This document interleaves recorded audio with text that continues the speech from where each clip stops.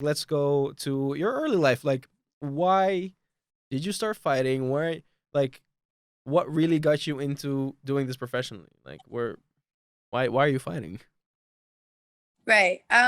Well, I was always heavy into sports, but I never did combat sports. I really wish I did, but I never did. I played soccer and basketball, and I did like some powder puff football, and stuff like that. But I went to school. I was actually getting my master's in physical education and a concentration in sport management. Oh, And right when I finished my degree, um, it was literally just a crazy thing. But I went out and I never really party or go out because I'm in school working all the time. mhm. And, I was a single mom. But I ended up getting a DUI. And when I got the DUI, it really messed me up. I would go to all these job interviews. Like I'd have these people call me and be like, oh, put your application in. Well, we need your application, but we're going to set you up with an interview. Like I already had the interview before I did the application. But then I would go in and they'd run my background report. And when my background Ah, check would come back, it was just, and I explained it, but at the end of the day, it's just so hard because the society we've built is so litigious and so like looked on being negligent when they hire people that have like yeah. charges, especially pending charges. So really like I really feel and try to like fight for the awareness and like people that are stuck in the system because once you get in the system it's almost virtually impossible to get out and your life is just really on a down spiral because of the fines, you can't get a job, and then you're just behind on everything. It was like why I a lot of mean, people turn to like drugs and alcohol and do live on the streets because once you get in the system, it's ridiculous. But I, being the fighter that I am, I'm really like fought really hard to get out of that, and it did seem impossible at times, but mhm. that's what led me to boxing because I tried to get a job. I was so broke. I didn't have any money. It was, definitely one of the worst. I had other personal problems that were associated with it. And I kind of was like, man, my life is ending. I have to escape somehow. And I went to a boxing gym and, I literally went in there like, man, I need someone to just beat the shit out of me. And they were like, wow, you're Is crazy. that what? Why would you say Damn. that? And Is I'm that like, what dude, like I need it. I need you? it because I'm fucking up all over the place right now. Was it And, just like I, self-loathing? It's like I need a slap in the face, and you took it literal. Like, yeah, I really did. really? And it was Ah, like, I needed that, like, wake up, like, survivor kind of, like, that yeah. urge to fight back. Cause I Right. kind of was like, I'm just You needed okay with discipline. being, yeah, upset. So, anyways, I was in there. I was only in the gym for 4 months and I was just killing the other girls that were in there. And it was kind of funny because they were like, are you lying to us? Like they thought I was like lying to them and bluffing Yeah. that I had boxed before because I was just like, I had tons of street fight experience and totally fought, you know, in my backyard all the time. But as far as putting gloves on, I never did Yeah. that. So, anyways, 4 months later, I had my first pro fight. I won second round knockout. It was awesome. And it was like, I was hooked. It. And even when I actually beat a shitload of legal charges, and even after beating them it didn't even matter. I didn't, I was stuck in boxing, and Yeah. that's really what I wanted to do. I got a really good job as a recruiter shortly after, but then I ended up quitting that because you know working like 8 to 6, and they were making like Saturdays mandatory and stuff. It Jeez. just Right. takes up a lot of your time. And I really knew that I could be great and be amazing at this. And I kind of looked at like the other professional fighters that were on top, and it was like that was their life. They train morning, afternoon, evening, and Mhm. dedicated their life to that. So I took that route too. And it was definitely a struggle, but it like as far as just a But year like, ago, it finally all came full circle. but then of course, the road to that is like if you're gonna start dedicating your life to the sport, the money will suffer. Like financially, you're probably gonna suffer. Like you just took the gamble. Like, weren't you worried? Like, what were your worries and concerns, or did you just go in head first, knowing you would make it? Well, it was definitely a roller coaster. When I first went in, I went in thinking I would make it. I had, like I said, I did really good before I got into a bunch of trouble and personal issues. But I actually bought my house when I was 22. So I owned my house. Well, I mean, I'm paying mortgage on it and whatever, but Mm-hmm. I wasn't renting. So I had my house, and so that was, taken care of. And then when I was Yeah. boxing, I was kind of just like, I'm gonna make it, it's gonna be easy. And then it like, the manager I had and coach was really terrible.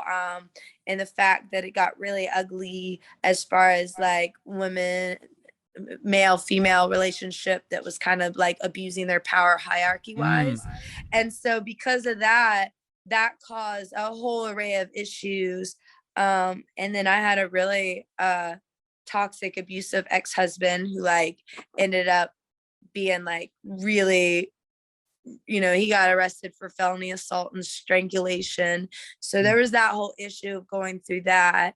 And then after that, it kind of, like I said, just way more stuff happened.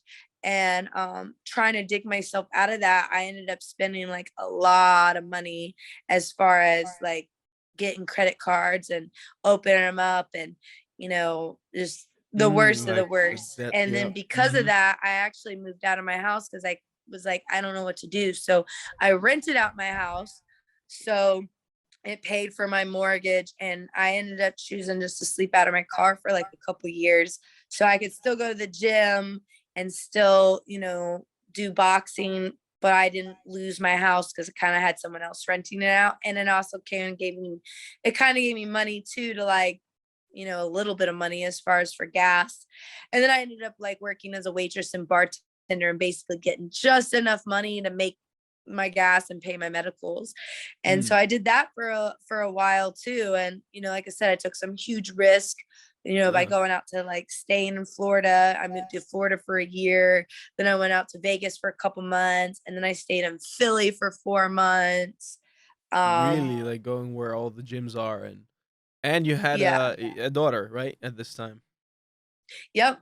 Yep. And that was part That of is like the crazy. whole tragic mess, because they lived with me, and I took, I was their sole provider until my son was 6 and my daughter was 3. Oh, okay, And I thought you had one child. You have two. yep, nope, I have Okay. 2. But Mm. when my ex-husband ended up like pushing me down the stairs and like stomping on my face and beating me up pretty bad, yeah, my kids were there. So because my kids were there, it actually people were really not helpful as far as like knowing that I was going through a really traumatic, hard time. And they kind of just came in, and, I lost custody of my kids because that whole incident happened in front of them.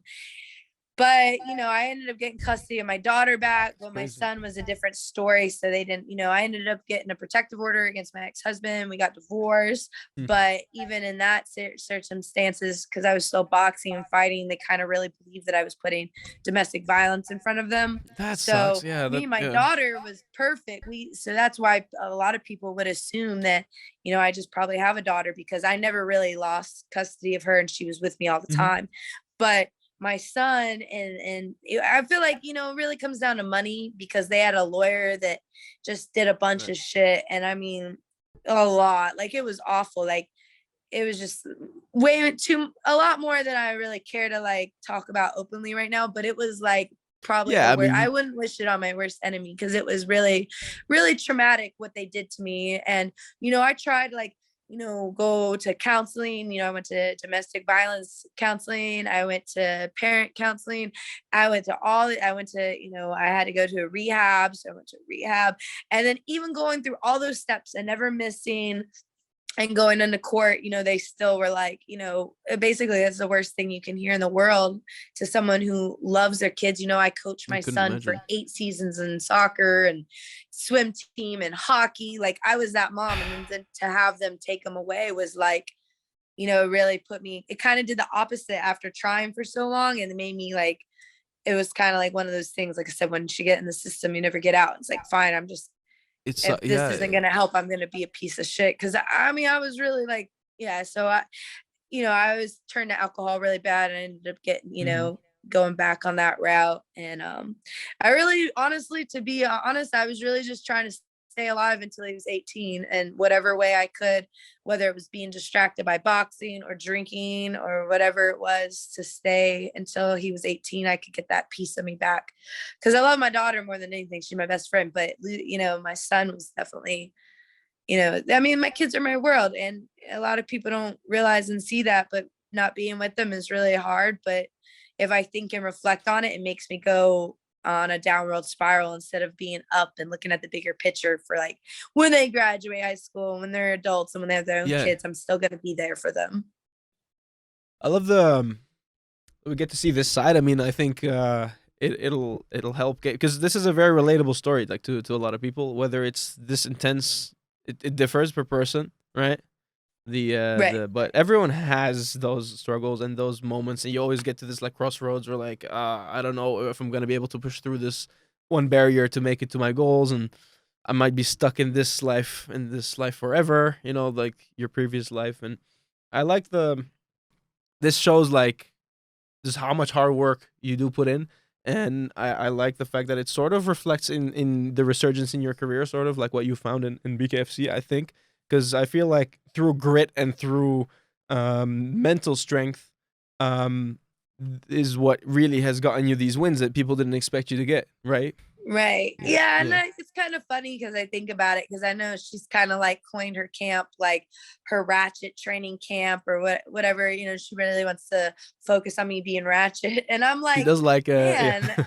And then I'm like thinking about it, and I'm like, honestly, at the end of the day, it's just being something that I've really learned is like taking things and putting a positive spin on it. And it's like, I told you, I actually graduated with a 4.0 for my master's. So it's like, well, Yeah. that didn't really make me. And I don't know, Yeah. playing soccer and having tons of friends, that didn't make me, having a good, family system, that didn't make me. It was being rock bottom and living out of my Mhm. car and struggling, and all those nights like losing sleep and thinking, how am I going to fight back? And it was those nights being the lowest of the low and like rock bottom, that those Mhm. really made me and defined me to where now is like nothing really scares me. Like that's what I said, like I'm used to being, like I've had somebody jump me and beat me up in my car and pull me out of my truck and drive off with my vehicle before. Like, you think that I'm worried about going into a ring with a ref that is there to save you and protect you? Like, Mhm. that shit doesn't bother me at all. When I've been in situations in the middle of the night where, my stuff has been thrown outside, living, house to house, and being in trap houses. And, like I said, I mean, it was a very, I guess, terrible way of living, but it was like one of those things. I really had no choices at the time. I didn't have anybody, my family was, thank God we've kind of fixed it now and everything is getting a little bit better. But back then, I didn't have a family that really helped me or supported me. Mhm. They were, really, really negative. And, it was part of me too. I felt like that a lot of people backstab me. So I literally just kind of didn't want help from people anymore, because if they would turn that against me in the end. But now Right. it is that confidence of it. And man, like life is so great right now. Like I genuinely mean that. Like thinking about living out of attics and out of my car, and now I'm in a apartment in Miami. I'm around people that I love. I finally have Yeah. a really unconditional loving family. And I get to see my son. I spent a whole week with my son for Christmas. So things are really picking up now. So I'm nothing but confident and happy. And again, it's kind of like even winning this title going forward is like the ultimate, I feel like, just ending to such a good story and a fight back journey on Yeah. making it up the ladder.